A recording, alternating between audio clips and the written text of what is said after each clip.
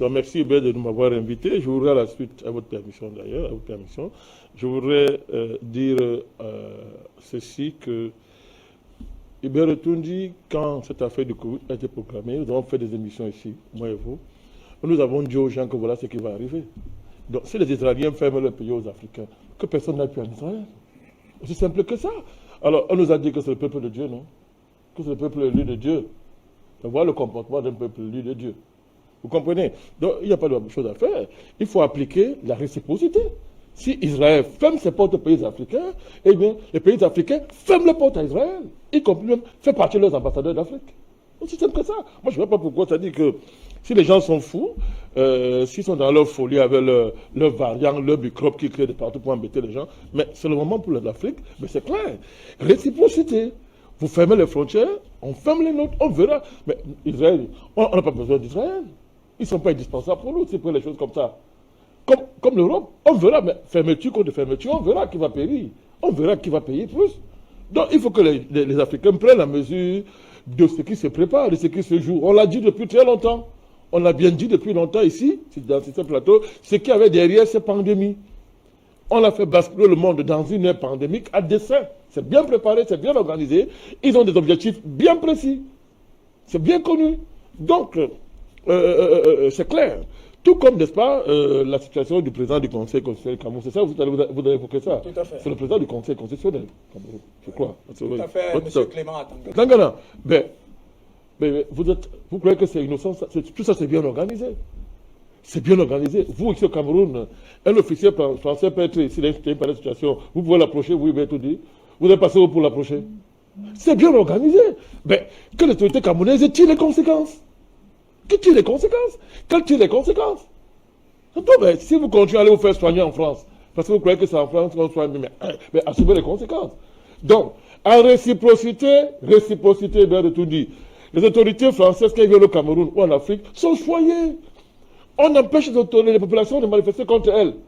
Vous avez vu au Burkina Faso ce que fait le président Makaboré. Il suffit de manifester contre la France et vous allez en prison. Vous allez en prison. Alors, donc, si nos autorités ne sont pas bienvenues en France, mais que les autorités françaises ne soient plus bienvenues en Afrique, aussi simple que ça. Point. Point, c'est pas compliqué, point. Donc, vraiment, moi, cette affaire-là, moi, je dis, c'est bien de dénoncer parce que ce plan diplomatique, il y a une entorse, mais il y a très longtemps que les Blancs font pour la diplomatie. Ils font la sauvagerie. Ils ont toujours fait la barbarie. La diplomatie chez l'occidental, c'est lorsque tu es couché à genoux, devant lui, tu supplies, pisse dans ta bouche. Donc, quand il n'y a pas ça, ben, il fait la sauvagerie et il masque ça derrière la soi-disant diplomatie. Donc, c'est une entorse très grave aux normes diplomatiques, n'est-ce pas, aux exigences de réciprocité diplomatique. On attend que le Cameroun tire les conséquences. Ce n'est pas n'importe qui, Clément Tangana, c'est le président du Conseil constitutionnel du Cameroun. Ce n'est pas n'importe qui dans la hiérarchie, n'est-ce pas, de nos institutions, mais que le Cameroun tire les conséquences. Qu'on tire les conséquences. Donc moi, c'est clair. Donc c'est clair et net. Le jour où une autorité française viendra au Cameroun, si la population veut manifester contre elle, mais la sécurité camerounaise va empêcher cela. Mais est-ce qu'en France, il y a la réciprocité?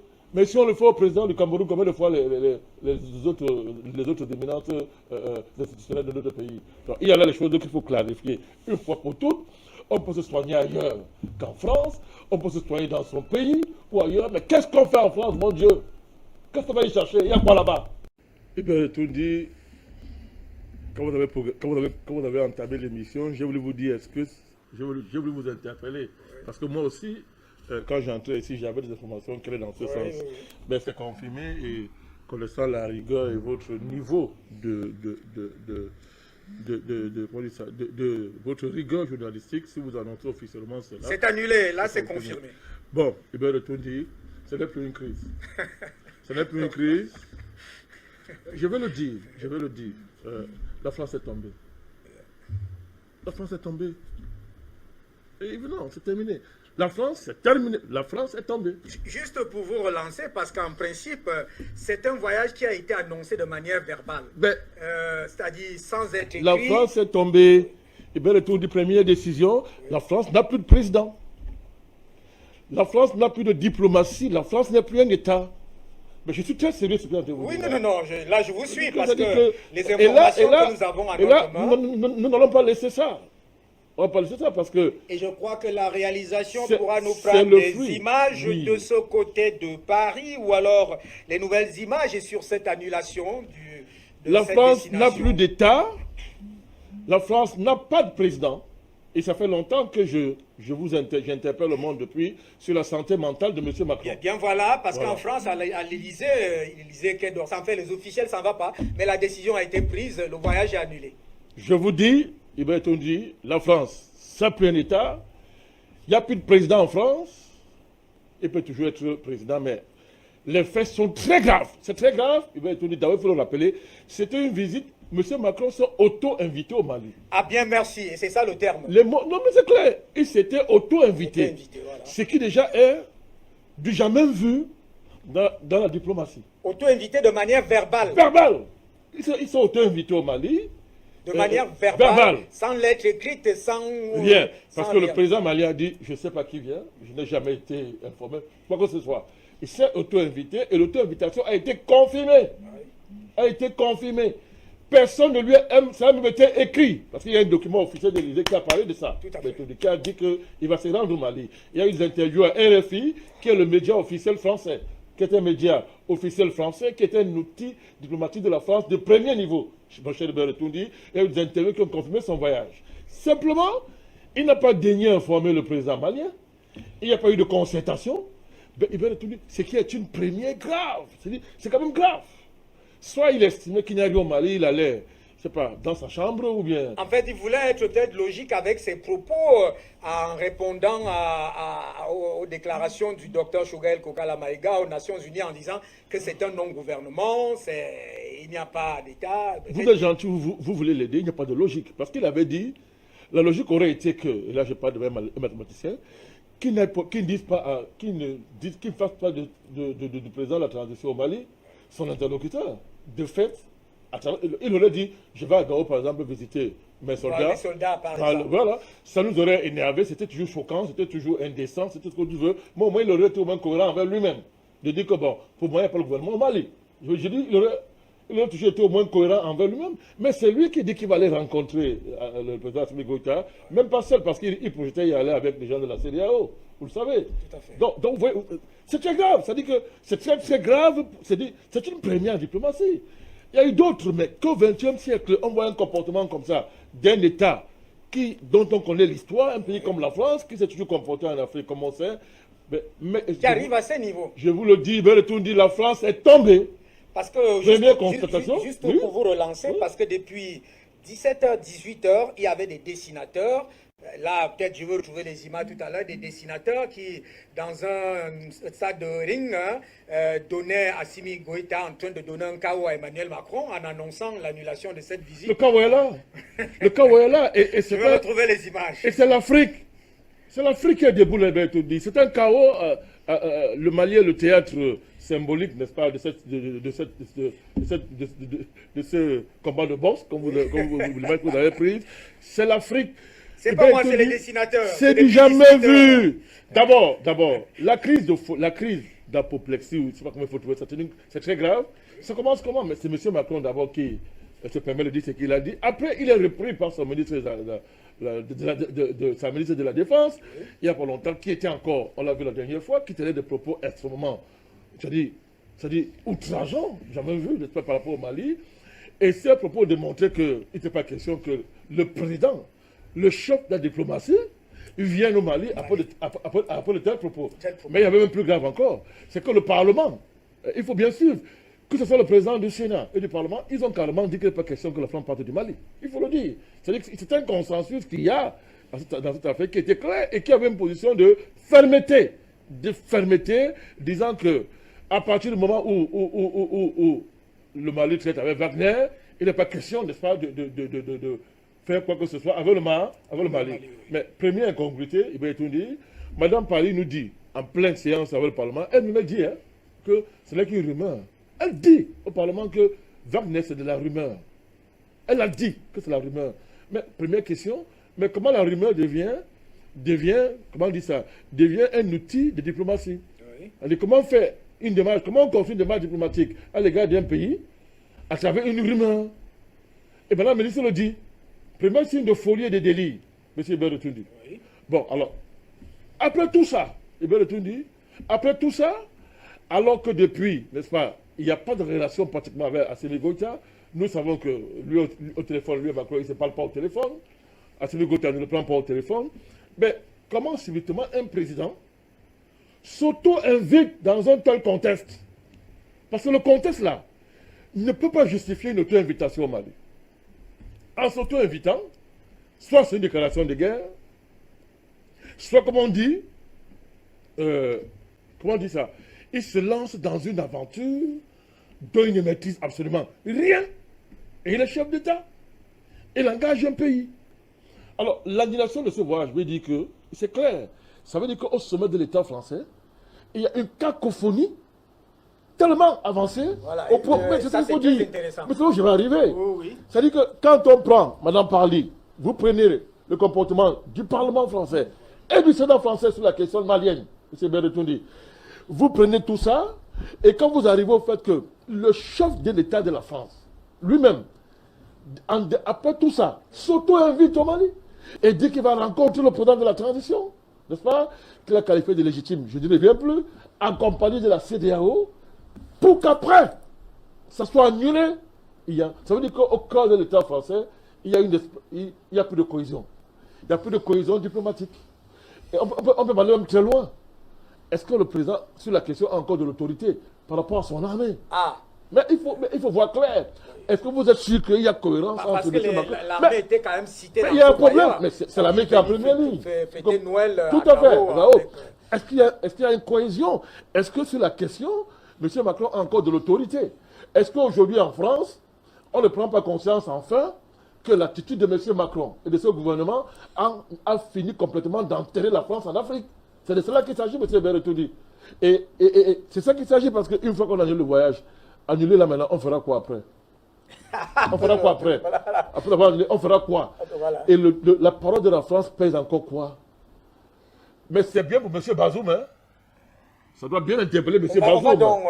Ça va bien interpeller M. Kaboré. Non, là, je vous le dis, je peux le dire de façon. Voyez, la France est tombée. Il n'y a plus d'État en France, c'est-à-dire la question malienne et africaine a fait exploser l'État français. C'est vrai de tout dire. On n'a tiré aucun fusil pour faire ça. On n'a pris aucune arme pour faire ça, c'est vrai de tout dire. C'est la mobilisation des peuples africains en général et en particulier du Mali. C'est la ténacité et le patriotisme d'un gouvernement, celui du Mali, dirigé par un homme d'exception, le président Assimi Goïta, et un premier ministre d'exception, Chogala Maïga, qui ont su analyser une conjoncture historique particulière et ont développé une stratégie et une tactique, n'est-ce pas, qui a consisté à dire les mots quand il fallait les dire et à diversifier les partenariats autant marqués pour produire des résultats. Rendre la France folle, la faire paniquer, et on voit comment depuis 2 mois, une diplomatie, tout dit, qu'on qualifie de plus vieille de la planète, est folle. C'est-à-dire que ces tenants sont fous. Madame Parly est devenue folle, elle disait tout et n'importe quoi. Le président est fou, il dit tout et n'importe quoi. Et ça aboutit à ce fiasco diplomatique de haut niveau. Je ne sais pas comment est-ce qu'on va réparer ça, M. Berretundi, mais je peux vous dire ce soir, Berretundi, que pour nous, ce soir, c'est une grande soirée. Merci. Mais c'est clair. D'abord, il a avalé sa langue. Quand on avale sa langue, on meurt. Vous savez, on meurt. Il a avalé sa langue parce que c'est lui qui avait dit qu'Assimi Goïta n'était pas un gouvernement, il n'était pas un président. C'est lui qui l'a dit. Il a dit dans des termes d'ailleurs qui étaient d'une violence qui correspond à sa mentalité. Donc, et là, il a avalé sa langue. Deuxièmement, il a retourné.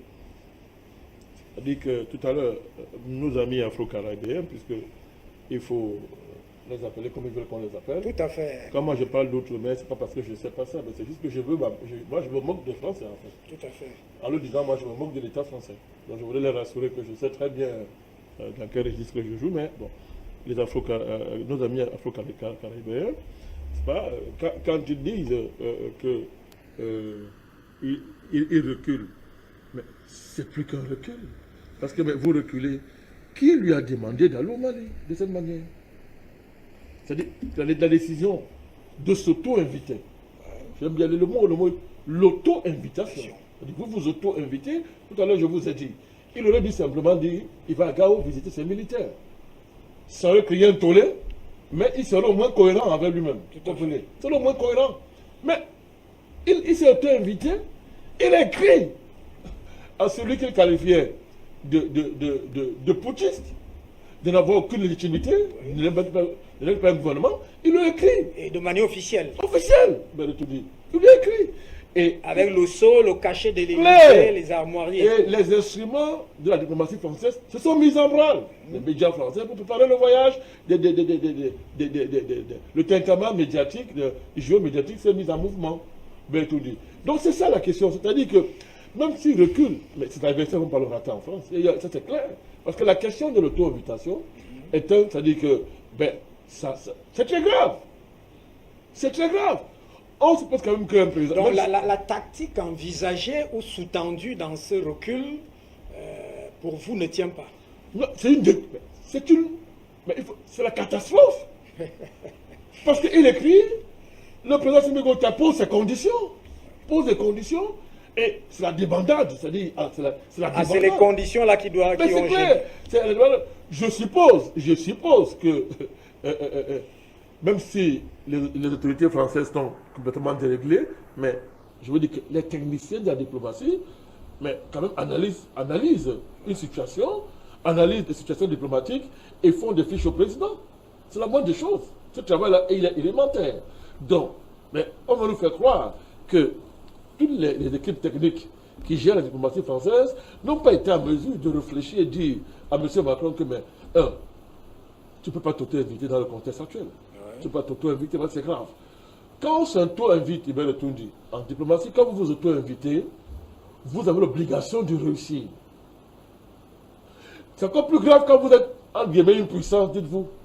Et que vous considérez que vous êtes dans votre champ, dans votre plantation, oui, tout à fait. Qui garantit votre rang dans le monde. Parce que là, c'est de cela qu'il s'agit. Le rang de la France dans le monde, c'est grâce à l'Afrique.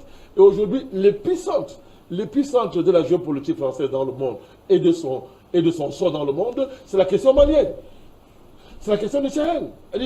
La France joue son sort là-dedans. Il va tout dire. Et nous aussi, les panafricanistes, on joue notre va-tout. C'est le tournant, je l'ai dit plusieurs fois. C'est que c'était le tournant. Vous comprenez? Donc, d'ailleurs, dimanche, ici à l'émission, j'ai dit des choses. J'ai dit ici dimanche à l'émission que ça ne passera pas. Je l'ai dit ici, ça ne passera pas. Et vous savez, depuis 10 ans, on nous appelle pour les envoyeurs.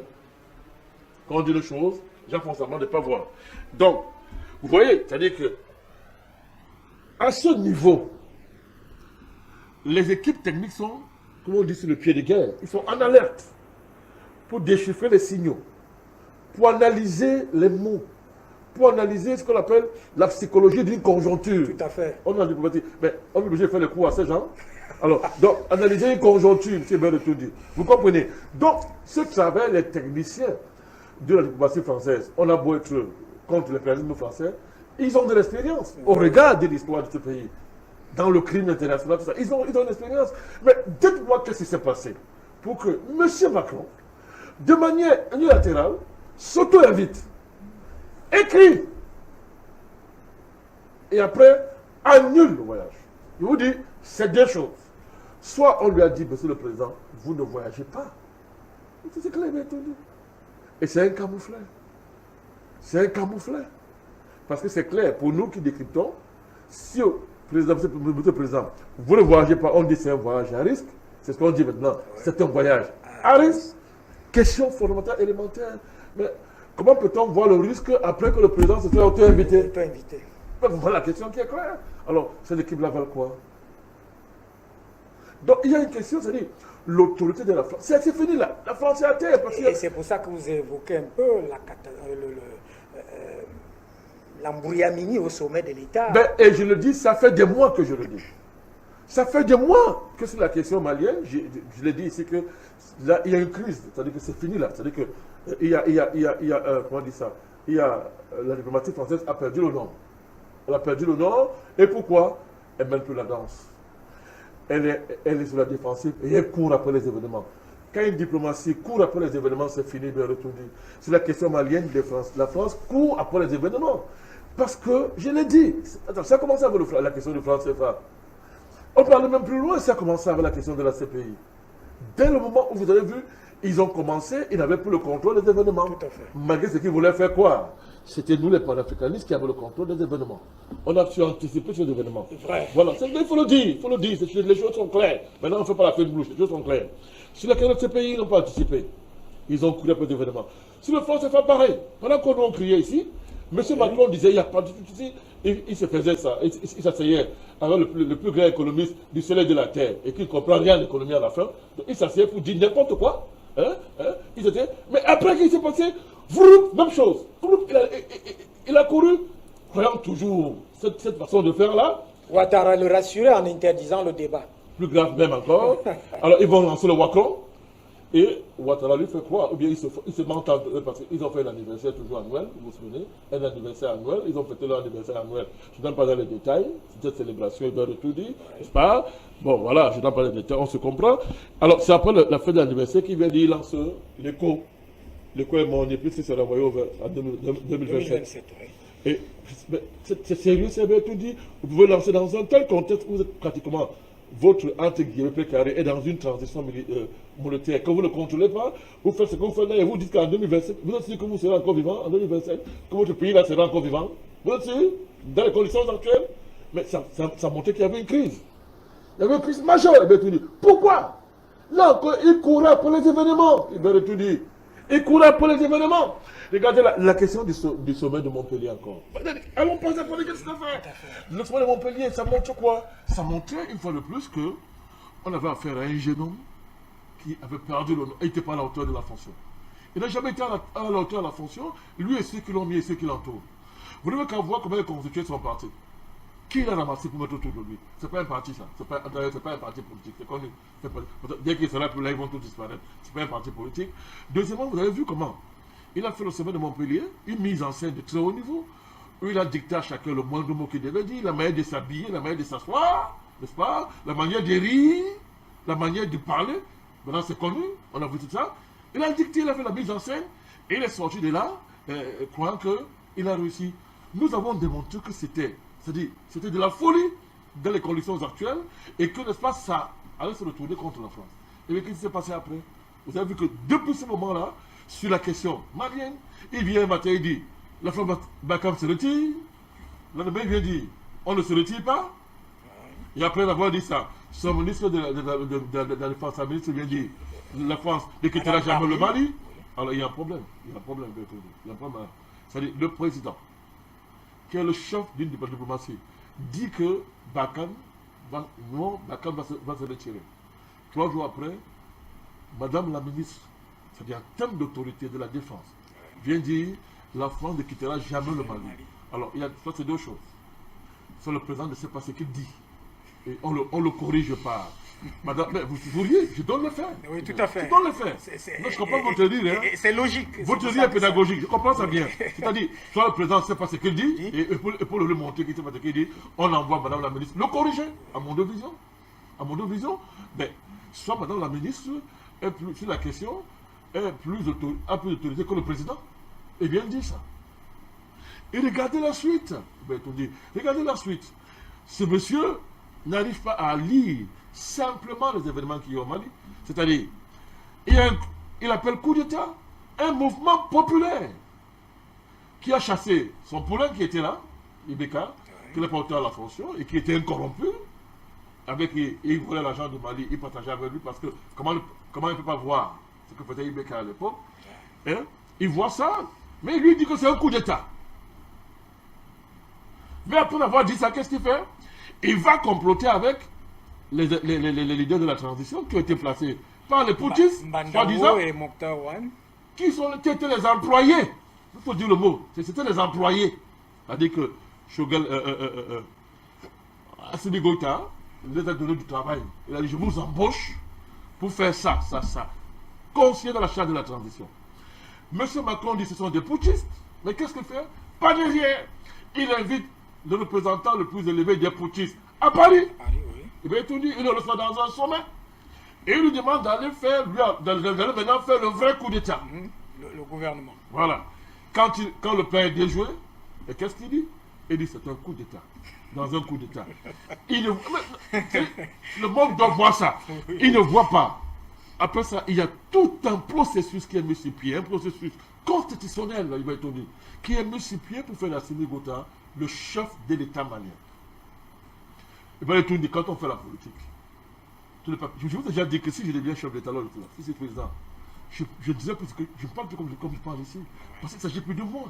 J'ai en charge le destin d'un pays. Vous comprenez ça? Quand on fait la politique, on peut se donner des pics, mais vous ne franchissez pas à un certain niveau. Oui, vous comprenez? Lorsqu'un pays se réunit, les institutions d'un pays se réunissent et définissent un processus constitutionnel pour légitimer quelqu'un.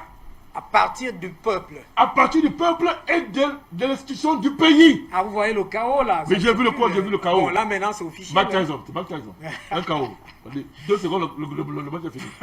Donc, vous voyez, il va tout dire. Un chef d'État sérieux prend acte de ça. Bon, c'est sérieux ça, c'est sérieux. Il y a un processus, le monde entier l'a vu, sauf M. Macron. Il dit, c'est pas un gouvernement. Il regarde, c'est pas un gouvernement. Il n'est pas à la hauteur de la fonction, il va tout dire. Il y a des erreurs qu'on ne fait pas à un certain niveau. Il dit, c'est pas un gouvernement. Mais je vous dis qu'il y a un processus constitutionnel en plus d'une dynamique populaire.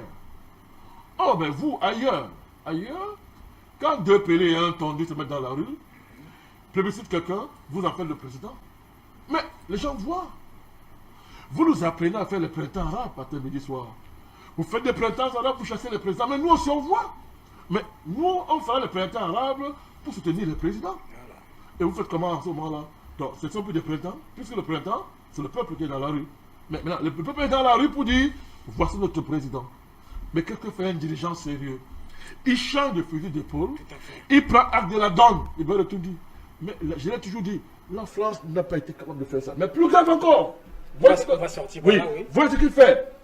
Il va monter, vraiment, le respect que j'ai pour le Nigérien, je ne vais pas dire ce que je voulais dire. Mohamed Bazoum. Il va monter un mercenaire pour lui faire dire des choses que la France n'a pas voulu dire directement. M. Bazoum. Bon, moi je pose une question aujourd'hui. Mais que dit M. Bazoum maintenant? Il ne parle plus, mais c'est voilà. Merci. Vous êtes sorti. Si M. Bazoum, comme il est plus français que la France, ben, on entend sa parole. D'abord, premièrement, il y a un tournant qui vient de se jouer au niveau de Mali. Ce tournant n'est pas seulement lié au Mali, c'est un tournant pour l'Afrique. Parce que l'enjeu du Sahel était un enjeu déterminant et même, j'allais dire, un enjeu final parce qu'il s'agissait pour les impérialistes de parachever la colonisation du continent, de parachever et d'achever et de la rendre irréversible. Je voudrais indiquer qu'il y a un rapport très clair, très serré entre le projet de recolonisation, n'est-ce pas, le Covid, n'est-ce pas, et toute la dynamique que M. Macron a voulu implémenter au niveau du Sahel. Il faut avoir une lecture globale de ces choses. Donc le projet est très clair. Donc le projet, c'était l'échec, c'était de coloniser ce que j'appelle la colonisation globale du continent, et ça a été la colonisation éternelle du continent à travers le Covid. Le tournant malien marque l'échec de ce projet. Et il faut être fier d'avoir été au cœur au début de ce combat et d'avoir anticipé ça. Le tournant malien, ça marque... On peut trahir qu'on a quand même des joies d'avoir été écouté dans les réseaux en coulisses. Tout à fait, c'est ça, d'avoir été au cœur de ce combat-là, pour anticiper. Donc c'est l'échec de ce projet. Et croyez-moi, c'est pas réversible. La France, je l'ai dit depuis, ne peut pas. Parce que Hubert Toundi, vous êtes témoin, je le disais ici sur ce plateau, ils ne savent pas quoi ils ont à faire. J'ai toujours dit, il y a des phrases quand on répète, j'ai toujours dit qu'ils ne savent pas à quoi ils ont affaire. Ils ont développé des armes de destruction les plus massives que l'humanité ait connues. Et à partir de là, ils bombent leur torse que voilà, on est puissant militairement, on va les écraser, tous ces consorts. Vous imaginez. Mais là en face, ils ont en face la ruse de l'histoire, et l'histoire c'est l'autre nom du vrai Dieu, n'est-ce pas, qui est là et qui est en train de mener quelque chose qu'on n'a pas encore vu, c'est-à-dire une révolution par la parole. Une révolution extrêmement pacifique, il n'y a pas de vraiment extraordinaire. Donc, c'est ça la chose à retenir. Deuxièmement, il va retourner, et ça on l'avait dit ici, la diversification des partenariats stratégiques, stratégico-militaires, que c'était la clé. On a été écoutés, des présidents, d'autres étaient les premiers dans ça, Et vous voyez comment ça paye pour le Mali. Regardez comment ça paye. On l'avait dit ici, je l'avais dit ici que dès que les Russes vont pointer leur nez au Mali, je l'avais dit, les terroristes, ça va totalement. Je vous ai dit ça parce que nous connaissons un peu la France et ses méthodes. On connaît comment la France ne pouvait pas tenir. Pour la simple raison que, il va retourner, je vais aller très vite à ce niveau, la France a dit que les drones, les matériels de communication, permettaient à la France de contrôler totalement le processus terroriste, de terrorisation, n'est-ce pas, de terrorisation du Sahel. Elle organisait ça. Il est démontré aujourd'hui que la France contrôle chaque terroriste au corps à travers les réseaux de communication. D'ailleurs, il y a un état-major. Il y a un état-major particulier dans l'état-major militaire français qui contrôle tout ça. À Gali, on sait où il va, où il dort. Tout ça était bien démontré. Il est démontré aujourd'hui qu'on met ça en 15 minutes si la France était vraiment venue pour ça. Mais avec tout ça accumulé, les Français savent très bien que quand les Russes mettent pied, ils ont le matériel et ils ont maintenant quand même plus sophistiqué. Mais vous imaginez que dans les réseaux sociaux, on commence à retrouver de plus en plus comment les Français ravitaillent les terroristes, comment ils les donnent les armes, comment ils les protègent, comment ils les cachent. Pour emboîter, un militaire français a été tué parmi les terroristes. C'est clair. Au Niger. Au Niger. Voilà, c'est pas ça. Mais au Burkina Faso. Donc vous voyez que elle ne pouvait pas tenir. Il va tout dit. Pourquoi? Parce que quelqu'un a compris, un président a compris comment il faut savoir internaliser une conjoncture internationale en sa faveur. Il a compris. Ça, pour nos amis de la Caraïbe, je vais terminer par là, nos Afro-Caribéens, vous savez qu'à parler de remembrement. J'aime beaucoup ça. C'est-à-dire, on a un corps à perdu de membres. J'aime beaucoup ça. Et il y a un remembrement. C'est important parce que, il m'a tout dit, et ce remembrement, il se fait historiquement autour d'un média qui est désormais une plateforme historique de haut niveau et qui rassemble les fils autour d'un média. Afrique de Fer. Bien compris. Et c'est là. Radar, je la vois, elle est là. Puisque tous les autres que Jean-Paul Bellec cite suivent plutôt Afrique Média. Voilà, historiquement, ce ne serait pas le contraire. La plateforme est là. Malheureusement, en attendant l'avènement d'une véritable question, d'une véritable Union africaine digne de son nom, qui au lieu de vouloir accueillir Israël en son sein, n'est-ce pas, au lieu de fricoter avec le Maroc, n'est-ce pas, qui est un rôle d'État, entre guillemets, n'est-ce pas, ferait mieux d'intégrer, n'est-ce pas, les Afro-Caribéens. Oui, bien sûr, dans l'Union africaine, d'intégrer Haïti dans l'Union africaine. C'est ça qu'on doit faire. Intégrer la Nouvelle-Calédonie. Oui, tous ces pays-là, mais c'est ça. La Martinique. Oui, donc en attendant ça, la dynamique a commencé, le remembrement a commencé, comme Bellec a dit, pour faire un seul corps, le corps africain d'abord. Le corps africain d'abord, avant d'aller refaire le corps général de l'humanité, qui est malade qu'on doit guérir. On a fait tout ça. C'est le rôle de l'Afrique. Donc, je termine en disant que l'enjeu dans les Afro-Caraïbes, l'enjeu est clair. Moi, c'est clair. Le projet impérialiste, c'est de les exterminer. Il ne faut pas rêver. Donc, quand Mme Esmeralda nous parle des ventes de femmes qui sont fermées, par des méthodes qu'on a fait aussi à nos frères afro-américains aux États-Unis, il m'a retenu. Donc, quand elle dit ça, moi, je ne suis pas surpris. Je ne suis pas surpris. Le but, c'est de les exterminer parce que l'enjeu pour la France, c'est de conserver ce que j'appelle la territorialité, mais sans les Afro-Caraïbens. Ce serait très bien pour ça, parce que la présence des Afro-Caribéens, n'est-ce pas, rend les Français malades parce qu'ils sont les témoins. Ils sont les témoins et leur présence là-bas veut dire que, n'est-ce pas, quoi qu'on dise, c'est l'Afrique. Vous comprenez? Quoi qu'on dise, c'est l'Afrique. Et ça donne la France parce que, je vous dis, vous voulez que je chute. La France est la deuxième ou la troisième puissance maritime mondiale à cause de quoi? Toutes ces Caraïbes. Des Caraïbes. Il y a des richesses extraordinaires. Sans les Caraïbes, elle n'aurait pas eu, par exemple, le nucléaire. Merci. Vous comprenez donc? C'est cet enjeu qui fait que pour la France, il n'est pas question, n'est-ce pas, de perdre l'Afro-Caraïbe. Mais elle perdra. Ce qui a commencé là avec le Mali, n'est-ce pas, c'est une dynamique historique irréversible.